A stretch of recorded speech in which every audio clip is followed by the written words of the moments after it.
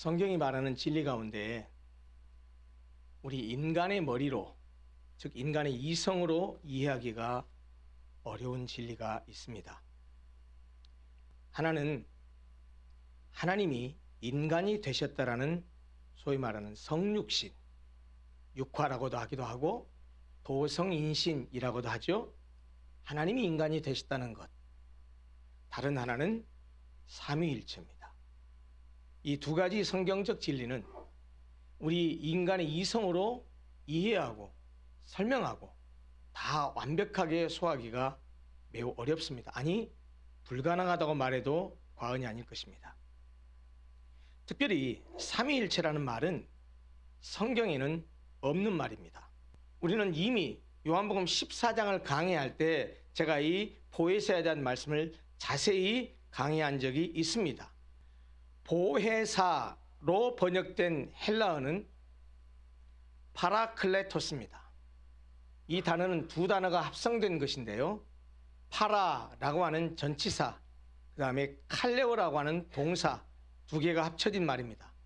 파라클레토스는 돕기 위해서 곁에 부름을 받은 자라는 뜻입니다. 파라라는 말이 영어로 말하면 by, 옆에, 곁에라는 뜻이고요. 칼레오 이 말은 영어로 말하면 call입니다. call, C-A-L-L, 부르다라는 뜻이죠. 그래서 거기에서 파라와 칼레오 동사가 합쳐진 이 파라클레토스라는 단어는 돕기 위해서 곁에 부르심을 받은 자라는 뜻인데, 이걸 한마디로 요약해서 번역했을 때 주로 어떻게 많이 번역하느냐? 조력자, 협조자, 옹호자, 대언자, 대변자, 변호자, 위로자, 상담자 등으로 번역할 수 있습니다. 실제로 영어 성경은 버전에 따라서 이 파라클레토스를 다양한 단어로 옮겼습니다.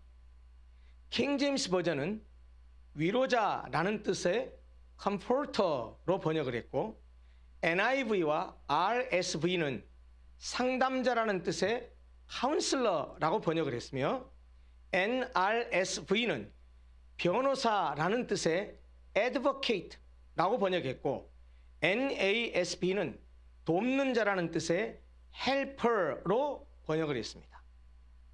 또 독일어 성경은 파라클레토스를 우리를 돕기 위해 곁에 서 계시는 분이라는 의미로 Beistand라는 단어를 썼습니다.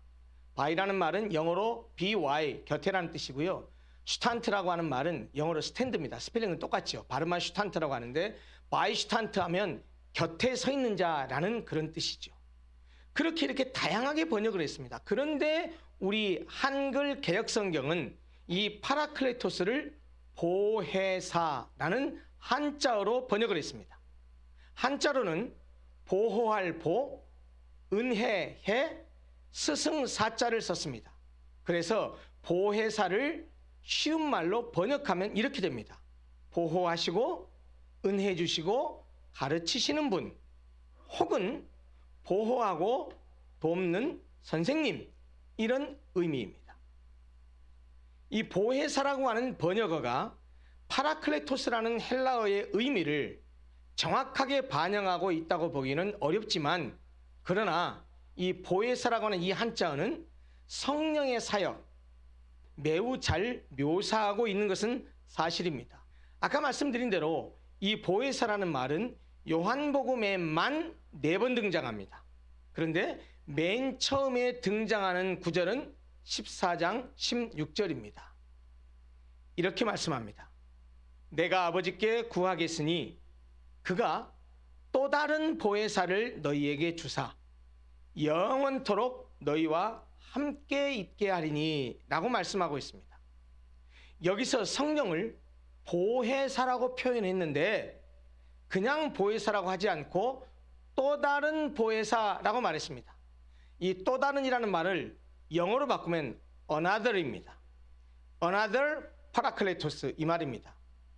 예수님께서 하신 말씀인데, 내가 아버지께 구하면 아버지께서 또 다른 보혜사를 너희에게 주셔서 그가 영원토록 너희와 함께 하게 하겠다라고 말씀하셨는데, 이 말은 또 다른이라는 말은 또 다른 보혜사 그랬으니까 다른 보혜사가 하나 원래가 있다라는 얘기예요. 그 보혜사는 누굽니까? 바로 예수 그리스도 자신입니다. 한 보혜사는 바로 예수님 자신이고 또 다른 보혜사는 장차 하나님 나라로 가셨을 때 하나님께 갔을 때 하나님께 요청해서 하나님이 보내주실 아까 말씀드린 대로 아버지의 영, 아들의 영, 예수의 영, 지혜와 계시의 영, 진리의 영인 성령을 가리켜요. 그 성령이 바로 보혜사라고 하는 것이고 그 보혜사는 예수님께서 먼저 보혜사였고 가시고 나면 또 다른 보혜사로 오실 분이 바로 성령님이다 하는 그런 이야기입니다. 보혜사였던 예수께서 이 땅에 오셔서 우리와 함께 하시다가 이제 구속 사역을 마치시고 아버지께로 다시 돌아가시면 그 보혜사였던 예수께서 또 다른 보혜사를 아버지께 구해서 우리에게 보내주시겠다는 말씀이죠. 그래서 그 보혜사가 우리와 영원토록 함께하게 하시겠다라는 말씀입니다. 예수님은 보혜사로서 이 땅에 계셨습니다. 33년을 사셨고 3년의 공생의 기간을 통해서 우리에게 진리를 가르쳐 주셨습니다. 그 예수님은 일시적으로 우리와 함께 계셨습니다. 다시 하나님께로 돌아가십니다. 그런데 아버지께서 보내신 또 다른 보혜사는 그분은 일시적으로 계신 것이 아니고 항상 영원토록 우리와 함께 하시겠다라는 말씀입니다. 그런데 이 보혜사를 또 다른 보혜사를 주시겠다고 했는데 그 말을 통해서 내가 보혜사였다 또 다른 보혜사를 보내겠다 그랬는데 그 보혜사가 명확하게 성령이라고 정확하게 찝어서 말씀하십니다. 그게 14장 26절 말씀입니다. 보혜사 곧 아버지께서 내 이름으로 보내실 성령 그가 너희에게 모든 것을 가르치고 내가 너희에게 말한 모든 것을 생각나게 하리라. 보혜사는 누가 보내십니까? 아버지께서 보내십니다. 누구 이름으로 보내십니까? 예수의 이름으로 보내십니다. 아버지께서 예수의 이름으로 보내실 보혜사가 바로 성령인데 그 성령은 아버지 하나님으로부터 나왔기 때문에 하나님의 깊으신 것조차 통달하심으로 우리 안에 거하시면서 우리에게 하나님의 뜻을 가르쳐서 깨닫게 하시고 또 우리로 하여금 그리스도의 말씀을 생각나게 하실 것이라는 말씀입니다. 단순히 잊어버린 기억을 상기시키는 것만이 아니라 전혀 이해하지 못해서 무지 상태에 있었던 말씀을 생명력 있게 이해하도록 하시고 동시에 분명하게 그 말씀을 기억하도록 도와주신다라는 말씀입니다. 누가요? 성령 하나님. 15장 26절에 오면 이 보혜사를 진리의 성령이라고 말합니다. 단순히 보혜사가 성령이라는 말로 하지 아니하고 이제 성령 앞에 수식어를 더 붙였는데 진리의 성령이래요. 15장 26절 이렇게 말씀합니다. 내가 아버지께로부터 너희에게 보낼 보혜사 곧 아버지께로부터 나오시는 진리의 성령이 오실 때에 그가 나를 증언하실 것이요 라고 말합니다. 내가 아버지께로부터 너희에게 보낼 보혜사 그랬는데 아까 좀 전 구절에서는 성령을 누가 보낸다고 했어요? 아버지가 보낸다고 했잖아요. 여기는 뭐라고 말해요? 누가 보낸다고요? 내가 보낸대요. 여기서 나는 누굽니까? 성자 예수님입니다. 내가 아버지께로부터 너희에게 보낸대요. 그런데 그 보혜사 성령을 성자 예수님이 아버지 하나님께 요청해서 성부 하나님께서 보내실 것이고 또 하나님 아버지로부터 나오시는 성령은 다른 분이 아니고 진리의 성령이라고 합니다. 그리고 그 진리의 성령이 오시면 하는 일이 뭐냐? 성자 예수님을 증언할 것이라는 거예요. 그리고 오늘 함께 읽은 본문을 보면 두 군데에서 성령에 대한 명칭이 나옵니다. 첫째 7절에서는 성령을 보혜사라고 했고 13절에서는 15장 26절과 똑같이 성령을 진리의 성령이라고 함으로써 보혜사 성령 하나님이 다른 영이 아닌 진리의 영이라는 사실을 분명하게 가르쳐 줍니다. 이제 본문을 구체적으로 이제 강의하려고 합니다. 여러분, 이 나무만 보지 말고 숲 전체를 볼 줄 알아야 됩니다. 지금 우리가 요한복음 몇 장을 보고 있습니까? 16장을 보고 있습니다. 이 말씀은 언제 예수님이 하신 말씀이죠? 예수님이 잡히시기 전에 마가의 다락방에서 제자를 불러놓고 마지막 고별 설교를 하는 중에 하신 말씀이에요. 지금 예수님은 십자가를 눈앞에 두고 마지막 유언과 같은 고별 설교를 하고 있는 중이란 말이에요. 그래서 요한복음 13장부터 17장까지를 보통 다락방 강화라는 별명을 붙여서 말합니다. 왜냐하면 예수께서 인류 구속 사역을 완성하기 위해서 십자가 순환을 당하시기 전에 제자들과 가진 마지막 만찬 자리인 이 마가의 다락방에서 있었던 일들을 기록하고 있는 것이 바로 요한복음 13장부터 17장까지인데, 그래서 마가의 다락방에서 말씀을 했다 그래서 이것을 다락방 강화라는 별명을 붙여서 말한다는 말입니다.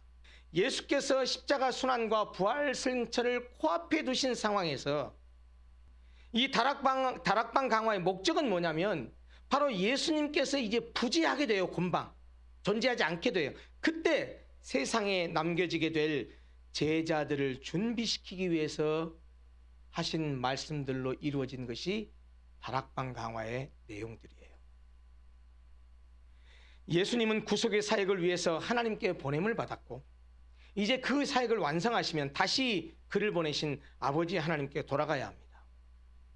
그를 보내신 아버지께로 돌아가는 일은 십자가에서 죽는 일로 시작합니다. 그리고 예수님은 십자가에 죽어야 하기 때문에 제자들 곁을 떠나야 합니다. 그래서 제자들은 마음에 근심이 가득했습니다. 실제로 앞장에서 어떤 내용이 기록되어 있습니까?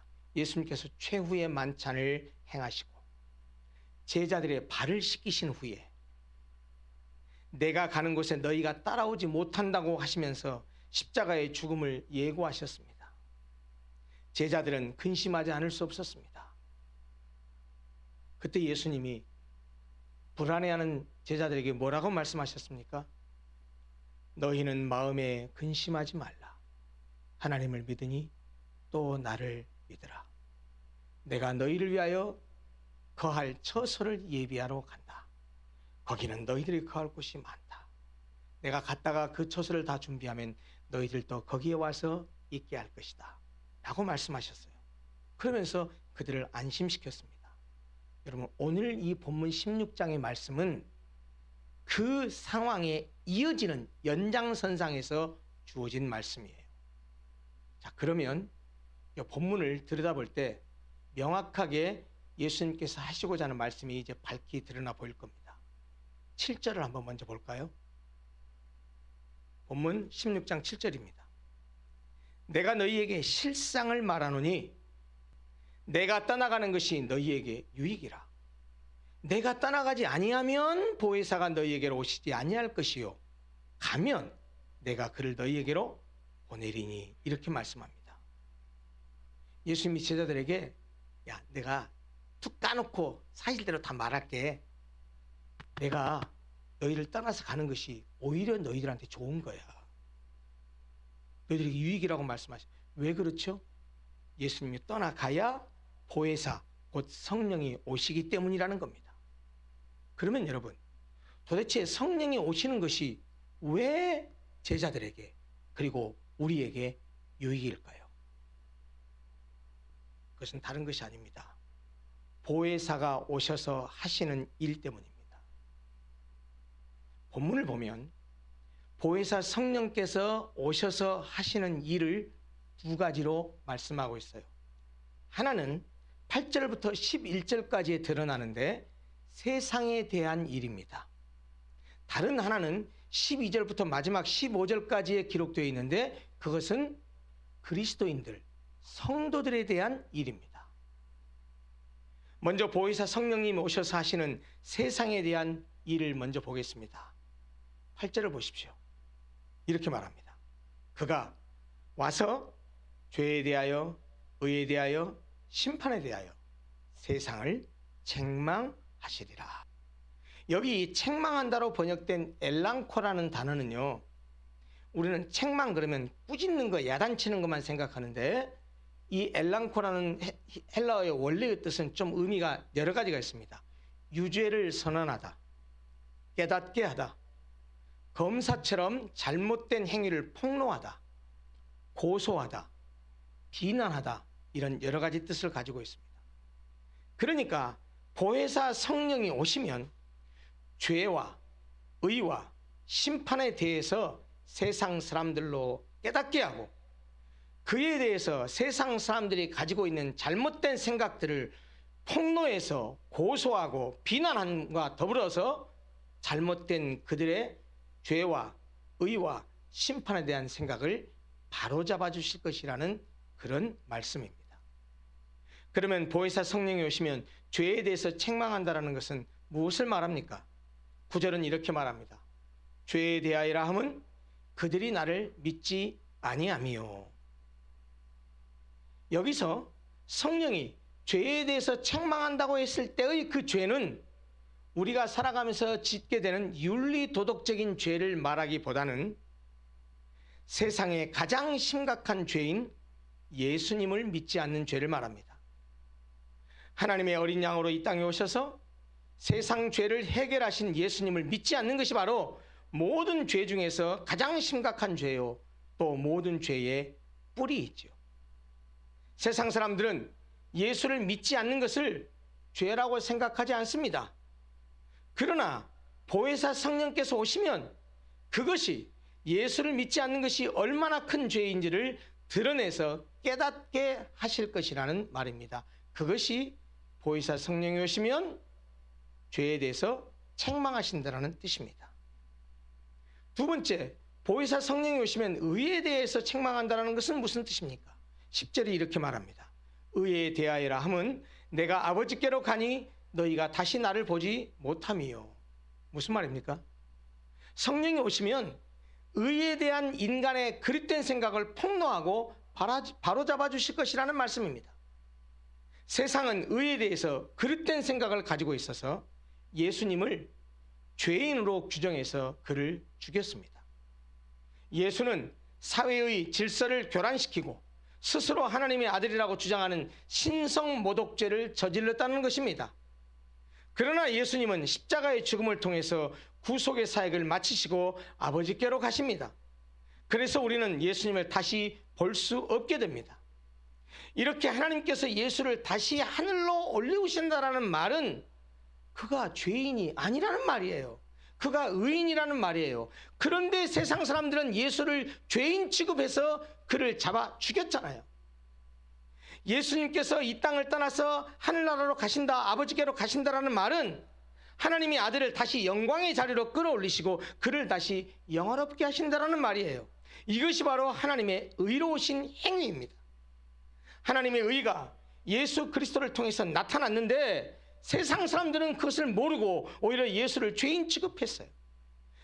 예수 그리스도를 통해서 하나님의 의가 나타났고 예수 안에 거하는 자들은 그 예수로 말미암아 의롭다함을 받게 되었습니다. 우리가 그렇게 되었죠. 그럼에도 불구하고 세상 사람들은 죄에 대해서, 의에 대해서 잘못 알고 있다는 것이죠. 그것을 책망하겠다는 거예요. 그러므로 보혜사께서 의에 대해서 세상을 책망하신다는 말은 의로우신 예수님을 십자가에 못 박은 불의한 세상을 드러내고 그들을 하나님 앞에 고소하겠다라는 그런 뜻입니다. 세 번째, 보혜사 성령이 오시면 심판에 대해서 책망한다는 것은 무슨 뜻입니까? 11절 이렇게 말합니다. 심판에 대하여라 함은 이 세상 임금이 심판을 받았습니다. 여기서 말하는 심판은 이 세상 임금 누굽니까? 사탄입니다. 이 세상 임금인 사탄에 대한 심판을 말합니다. 예수님의 십자가의 죽으심과 부활은 사탄에 대한 사법적 심판을 포함한 것이었습니다. 왜냐하면 십자가에 달려 고통을 받고 죽어가는 분은 예수였지만 그러나 실제로 그 예수님의 죽음을 통해서 심판을 받은 자는 사탄이었습니다. 예수의 죽으심과 부활은 바로 세상의 죄와 사망에 대한 심판이었습니다. 따라서 이미 심판을 받은 사탄은 예수 안에 있는 성도들에게 더 이상 사탄의 지배력을 행사할 수 없습니다. 결국 보혜사 성령이 오시면 심판에 대해서 책망하신다라는 말씀은 구세주를 거절하는 이 세상이 오히려 하나님의 심판대 아래 놓여 있음을 드러내실 것이라는 의미입니다. 이렇게 8절부터 11절까지가 보혜사 성령께서 오시면 세상에 대해서 하시는 일이라고 한다면, 그 다음 12절부터 마지막 15절까지는 보혜사 성령께서 오시면 제자들, 즉 성도들에게 대해서 하시는 일에 대한 말씀입니다. 먼저 12절을 한번 볼까요? 이렇게 말씀하고 있죠. 내가 아직도 너희에게 이를 것이 많으나 지금은 너희가 감당하지 못하리라. 무슨 말이죠? 예수께서 제자들에게 가르쳐 주실, 말씀하실 내용들이 영적인 진리가 더 많다라는 거예요. 그런데 제자들이 그것을 지금 이해하고 받아들일 만큼 충분히 성숙하지 못했기 때문에 그것을 가르치실 것을 유보하셨다라는 말이에요. 지금은 너희가 감당하지 못하리라. 그러니까 내가 너희들에게 이를 말이 많지만 하지 않겠다, 이 말입니다. 이 말로 끝나는 것이 아니고 이어지는 13절을 보면, 지금 제자들이 예수께서 하신 말씀을 깨닫지 못하게 된다 하더라도 깨닫는 일이 이루어질 것이다, 깨닫게 될 것이라는 말씀을 이어서 하십니다. 13절 보십시오. 이렇게 말합니다. 그러나 진리의 성령이 오시면, 12절과 13절을 이어서 읽어야 쉽게 이해하게 될 것입니다. 다시 제가 12절부터 읽어볼게요. 내가 아직도 너희에게 이를 것이 많으나 지금은 너희가 감당하지 못하리라. 그러나 진리의 성령이 오시면 그가 너희를 모든 진리 가운데로 인도하시리니 그가 스스로 말하지 않고 오직 들은 것을 말하며 장래일을 너희에게 알리시리라. 여러분, 이게 무슨 말이죠? 우선 여기서 예수님은 성령을 진리의 성령이라고 말씀하시고, 그분이 오시면 비록 지금은 너희들이 내가 말해도 못 알아듣겠지만 그분이 오시면 우리를 모든 진리 가운데로 인도하실 것이라고 말씀하셨습니다. 여기서 진리의 성령이란 말은 진리 가운데로 인도하시는 성령이라는 뜻입니다. 그리고 진리는 뭘 말합니까? 예수님 당신과 예수님께서 가르치신 말씀들을 의미합니다. 그리고 장래일을 너희에게 알리시리라 그러는데, 장래일이 무엇입니까? 점쟁이나 무당이 미래를 맞추는 것처럼 그런 장래일을 말하는 게 아니고요, 예수님께서 장차 십자가에서 죽으시고 부활하실 구원 사역을 가리키는 것입니다. 예수님이 떠나시고 진리의 성령이 오시면 그가 우리를 진리 가운데로 인도하실 것입니다. 그리고 그 성령님은, 진리의 성령님은 스스로 말씀하지 아니하시고 오직 예수님께로부터 들은 것만을 말씀하시며 예수님의 죽으심과 부활의 의미를 깨우쳐 주실 것이라고 예수께서 말씀하셨습니다. 이제 그 뒤에 있는 본문 14절과 15절 마지막 두 절은 진리의 성령이 오시면 우리를 모든 진리 가운데로 인도하실 것인데, 그렇게 하시는 이유와 목적이 무엇인지, 그리고 어떻게 우리를 진리로 인도하실 것인지를 우리에게 가르쳐 줍니다. 볼까요? 그가 내 영광을 나타내리니 내 것을 가지고 너희에게 알리시겠습니다. 무릇 아버지께 있는 것은 다 내 것이라. 그러므로 내가 말하기를 그가 내 것을 가지고 너희에게 알리시리라 하였노라. 이런 뜻이죠. 성령이 우리를 진리 가운데로 인도하심으로써 예수 그리스도의 영광을 나타낼 것이라는 거예요. 그리고 우리에게 진리를 알리시되 예수 그리스도의 것을 가지고, 즉 예수께서 가르치시고 예수께서 말씀하신 진리를 가지고 우리에게 알리심으로써 우리를 진리로 인도하시겠다는 거예요. 진리의 영이신 성령은 아들의 영이요 예수의 영이기 때문에 예수의 말씀만을 가르치고 예수의 말씀만을 드러내신다는 뜻입니다. 따라서 우리는 여기서 분명히 알아야 할 것이 있습니다. 우리가 예수 그리스도의 말씀을 통해서 진리를 깨닫고 기뻐하고 즐거워하게 되는 것은 바로 진리의 성령께서 역사하신 결과입니다. 여러분이나 저도 어머니 뱃속에서부터 신앙생활을 했지만 성경을 읽어도 잘 못 알아듣고 이해가 안 되는 구절이 많았습니다. 그런데 성경을 어느 날 읽다가 때로는 어느 목사님의 설교를 듣다가 때로는 어떨 때 신앙서적을 읽다가 전에는 몰랐는데 옳구나 무릎을 치면서 맞았어 이런 뜻이구나 이거구나라고 깨닫게 되는 경험 다 하셨죠. 그렇게 깨닫게 되는 것이 누구의 역사라고요? 진리의 영이신 성령의 역사라는 거예요.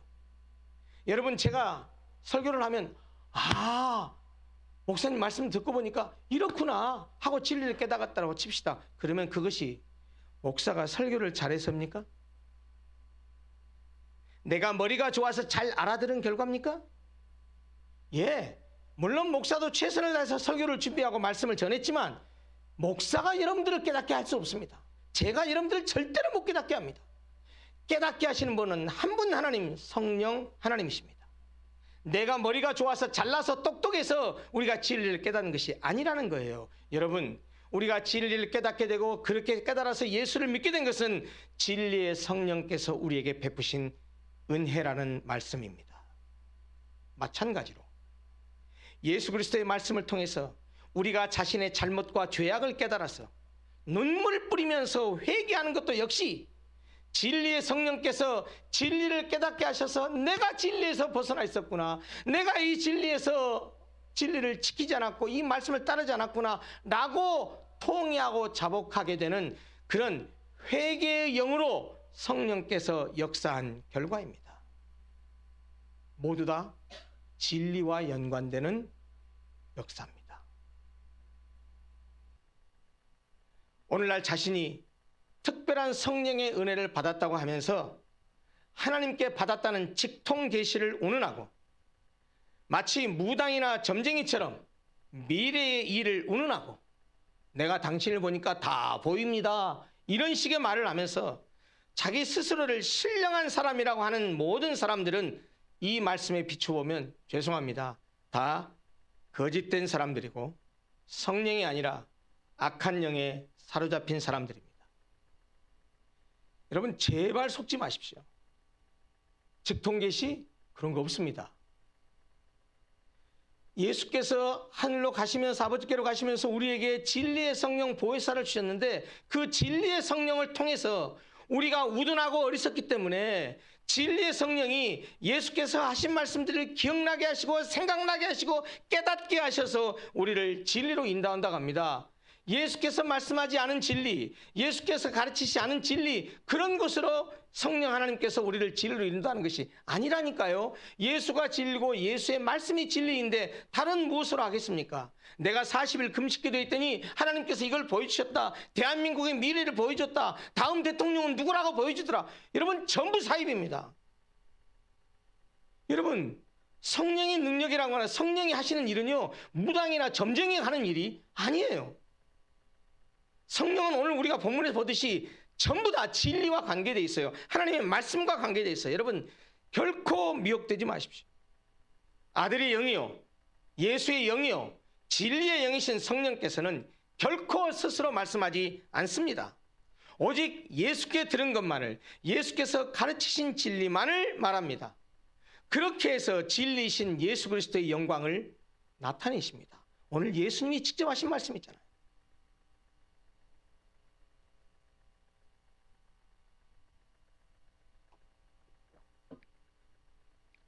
오늘 우리가 함께하고 있는 이 요한복음 16장의 배경을 아까 잠깐 말씀드렸습니다. 언제 하신 말씀입니까?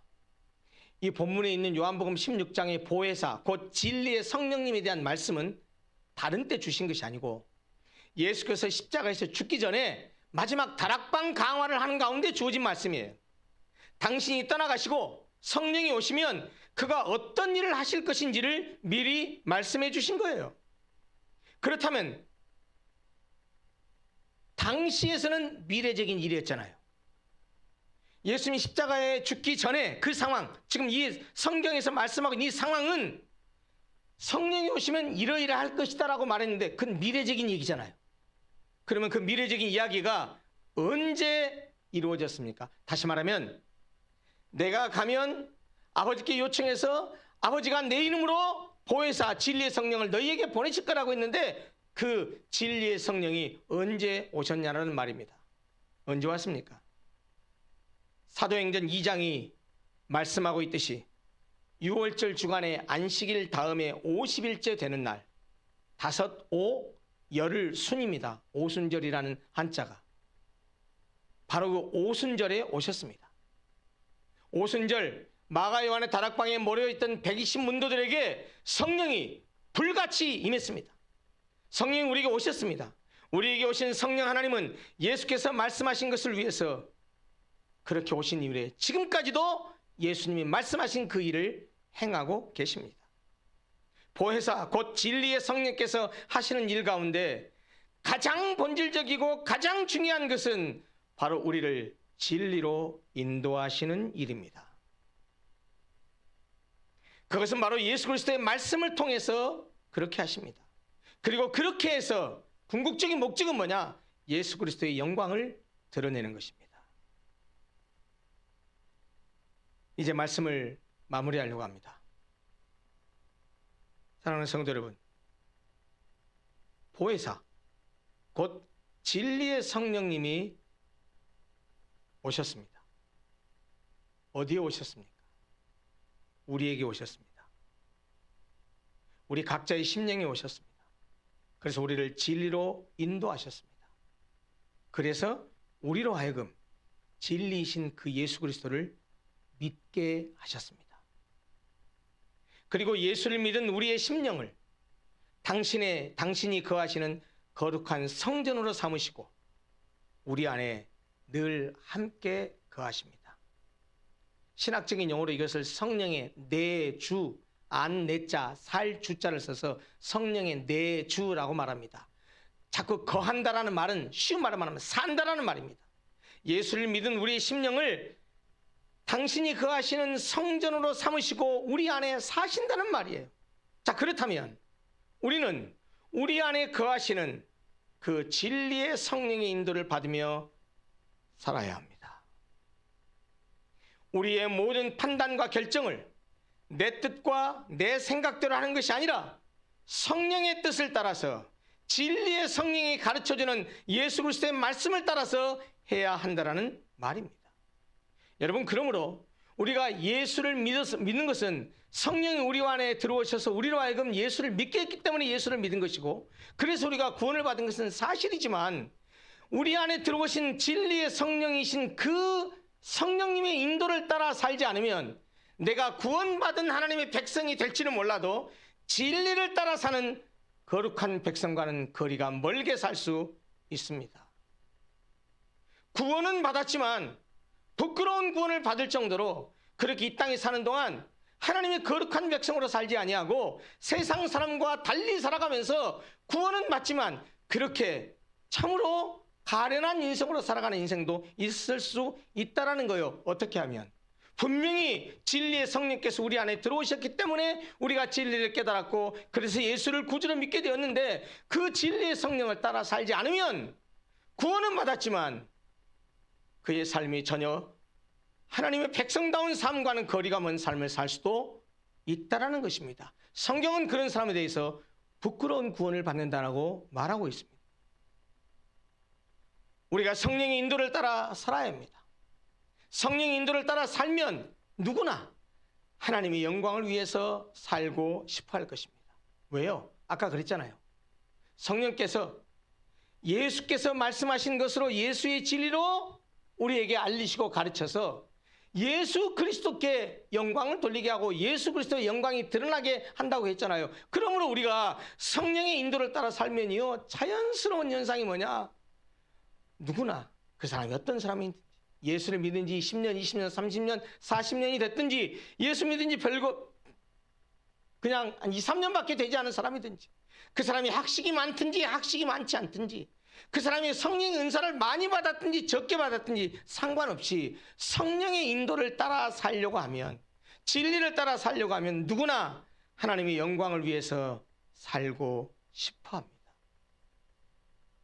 우리가 성령의 인도를 따라 살면 언제나 우리 속에 성령이 진리의 성령이기 때문에 성령의 인도를 따라 살면 하나님을 아는 지식, 예수 그리스도를 아는 지식을 간절히 사모하게 됩니다. 그리고 성령 하나님께서 바로 예수 그리스도에 대한, 하나님에 대한 진리를 깨닫게 해주십니다. 그것은 성경을 통해서, 말씀을 통해서 깨닫게 하지 다른 어떤 그 신비한 어떤 체험으로 깨닫게 하지 않습니다. 우리가 성령의 인도를 따라 살면 언제나 하나님을 위한 나의 사랑이 부족하다라고 여기게 됩니다. 늘 하나님 앞에서는 내가 불충성한 것 같고 하나님 앞에서는 부족한 것으로 여겨집니다. 왜요? 그럴 수밖에 없는 게, 진리의 성령이 우리 안에 오셔서 예수 그리스도에 대한 진리, 하나님이 어떤 분이를 알게 하면 알게 할수록, 내가 하나님 앞에서는 죄밖에 없구나, 나는 하나님과 완전히 다른 존재구나라는 것을 깨닫게 되기 때문에 내가 아무리 하나님을 사랑하고 봉사하고 충성하고 헌신한다고 해도 부족할 따름이구나 라고 여겨질 수밖에 없다라는 겁니다. 우리가 성령의 인도를 따라 살면 죄에 대해서 민감해집니다. 왜요? 진리를 깨닫게 되면 진리에서 벗어나 있는 것이 죄잖아요. 성령께서 진리를 깨닫게 하면 아이쿠, 내가 진리에 벗어나 있구나, 내가 죄 가운데 있었구나 라고 죄를 깨닫게 됩니다. 죄에 대해서 민감해집니다. 자기 속에 있는 죄를 더욱 깊이 깨달아 버림으로써 우리로 하여금 더욱 거룩하고 정결한 삶을 살게 합니다. 우리가 성령의 인도를 따라 살면 하나님의 의와 거룩에 동참하기를 갈망하게 된다는 말입니다. 그리고 우리가 성령의 인도를 따라 살면 에베소서가 말씀하시는 것처럼 사랑과 희락과 화평과 오래 참음과 자비와 양성과 충성과 온유와 절제라고 하는 성령의 9가지 열매를 맺게 될 것입니다. 여러분, 성령님은 신비한 능력이 아닙니다. 인격이신 하나님이십니다. 아버지 하나님, 아들 하나님과 똑같이 영이신 하나님입니다. 그분은 영이시기 때문에 예수님은 유한한 인간의 모습을 가지고 오셔서 여기 계시면 저기 계실 수 없었어요. 육체를 가지고 이 땅에 계셨던 33년 동안은 여기 계시면 저기 계실 수 없었어요. 그래서 내가 떠나가는 것이 유익이라고 말씀하신 이유는, 내가 떠나가고 나면 예수의 영, 진리의 영, 아버지의 영, 아들의 영을 보내주시게 되면 그 영이 무소부재한 하나님처럼 대한민국에도 역사하고 동시에 아프리카에서도 역사하시고 송도에서도 역사하시고 부천에서도 동시에 역사하시고 이렇게 하시기 때문에 너희에게 유익이라는 거예요. 여러분, 그 보혜사 성령은 단순히 우리에게 뭐 신비한 어떤 체험을 하게 하거나 신비한 어떤 능력을 행하게 하는 그런 신비한 신통력이 아니에요. 그분은 인격이신 하나님이에요. 그분이 가장 중요하게 우리에게 하시는 일은 우리를 진리로 인도하는 거예요. 그 진리를 인도한테 무엇을 통해서 인도합니까? 예수 그리스도의 말씀을 깨닫게 하고 알게 하고 기억나게 하고 생각나게 하십니다. 여러분, 그래서 말씀을 가까이 하지 않는 사람 절대로 성령 충만하지 않습니다. 한국 교회는 이상하게 어떤 목사가 신비한 능력을 가지고 있다고 한다면 그 사람이 대단한 사람이라고 생각해요. 성도들 보면 내가 김 집사님 보니까 지금 하는 사업 잘 될 것 같습니다. 권사님, 지금 저기 따님 누구하고 지금 결혼을 하고 있는데 그 사람하고 결혼하면 불행할 것 같습니다. 이런 점쟁이나 무당처럼 얘기하는 것을 신비한 능력이라고 생각하고 그 사람이 성령의 사람이라고 생각하는데요. 여러분, 유혹되지 마세요. 미혹되지 마세요. 정말로 성령이 충만한 사람은 말씀을 말씀답게 진리로 제대로 가르치고 선포하고 그걸 드러내는 사람이에요. 그 사람이 성령의 역사를 제대로 따라가는 사람이에요. 여러분, 왜 제가 마지막에 성령의 인도를 따라 살자고 그렇게 말씀을 드렸습니까? 왜 오늘 설교의 제목을 성령의 인도를 따라 삽시다고 했습니까? 우리 모두는 다 이미 진리신 성령, 하나님의 영, 아들의 영, 예수의 영, 그 진리의 영을, 지혜와 계시의 영을 받았단 말이에요. 우리 안에 들어오셨기 때문에 우리가 진리를 깨닫고 예수를 믿게 된 거예요. 자, 그렇다면 그 성령께서 우리를 성전 삼고 우리 안에 사신다고 한다면 우리 그리스도인들이 그 다음 예수 믿은 다음에 해야 될 가장 중요한 삶의 원칙은 무엇입니까? 그 성령의 인도 따라 사는 거예요. 그래야 죄에서 멀어질 수 있습니다. 그래야 하나님 뜻대로 살 수 있습니다. 그래야 세상에 허탄한 것을 따라가지 않습니다. 사랑하는 성도 여러분, 우리 모두는 보혜사 성령, 진리의 성령을 받았습니다. 그분이 우리 안에 지금 와서 살고 계십니다. 이제 우리에게 남은 몫은 그 진리의 성령의 인도를 따라 사는 것입니다.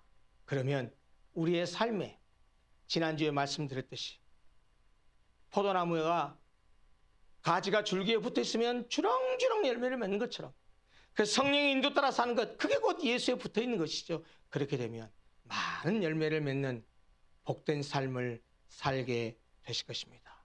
우리 모두 보혜사 성령, 진리의 성령, 그 성령의 인도 따라 살아가는 복된 성도들이 다 되시기를 간절히 소원합니다. 기도하겠습니다.